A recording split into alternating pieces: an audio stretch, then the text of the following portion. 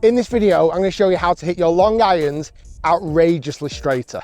So first off, why are long irons harder to hit? Well, first off, there's less loft. So as soon as you have less loft on a golf club, it has more effect on the spin axis, the way that ball's going to spin offline. Also, the shaft is longer than a shorter iron. So typically you're going to be creating more club head speed. And again, with more club head speed, their errors start to kick in, which hopefully we'll rectify in this video. So there's a few reasons why you might hit your irons not straight. Now we're going to kick off first with number one, the simple one, the one that everybody watching this video can do, and it's making sure that you align straight to your target. Typically when you're hitting a long iron, you're further away from the hole. Well, I'm going to show you a dead simple tip to make sure you're at least aiming in the direction you want to be hitting it in. So I'm going to the flag there in the distance. So what I'm going to do, I'm going to stand behind the golf ball and pick out a point that's much closer to me, but is in line with that flag. I can see a little area that I'm going to aim at that's just around about here. There's just a little different shade of grass I'm going to aim for. That's going from my golf ball through the club towards my target.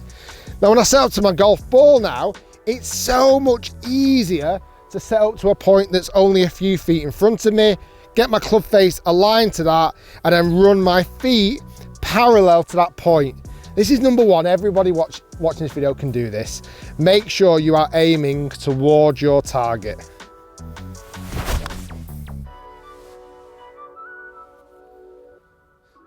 Right, moving on to number two.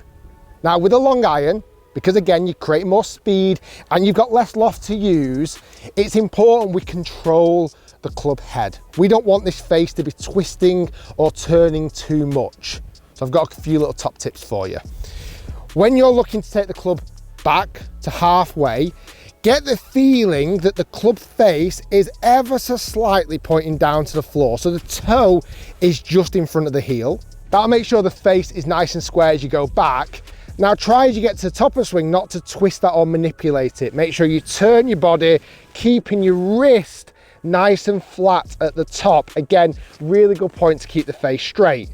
Now as you come down into the golf shot, what we're looking for here is to make sure we've not twisted our hands over or tried to manipulate the club face.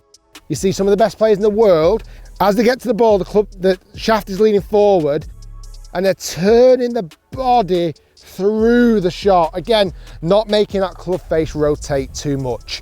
Club face control is absolutely essential. Make sure you're square going back, your wrist is nice and straight, and you don't let the face turn over too aggressively when you come to hit the shot.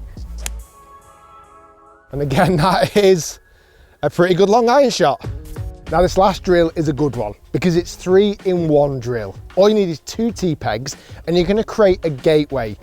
Put a T-peg towards the toe of the club, so it's just outside the toe, and put one towards the heel of the club, again, just inside the heel. Now, this is really good for 3 reasons. One, it's going to monitor your strike location on the face. If you hit the T-peg that's on the toe, it means you're catching the ball too much from the heel. If you're hitting the T-peg that's too much towards the heel, you're going to be hitting the toe too much. That's really important. Also, with that gateway, it's going to encourage your club to swing much straighter towards target.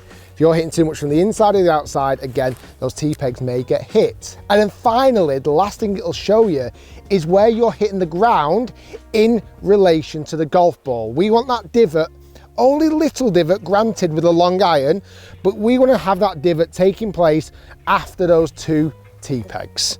So that all being said, let's see if I can achieve all those goals.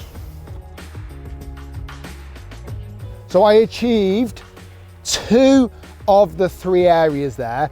The club went through the T-pegs without an issue, so I know I struck the middle of the club face, and I got a little bit of grass feedback there to tell me as well. My path must have been fairly straight. The only thing I didn't do is quite bruise the grass after the ball, but never mind, it was a pretty good shot anyway. Guys, thanks for watching. That's how you hit your long irons, as I mentioned, outrageously straighter. We'll see you next time.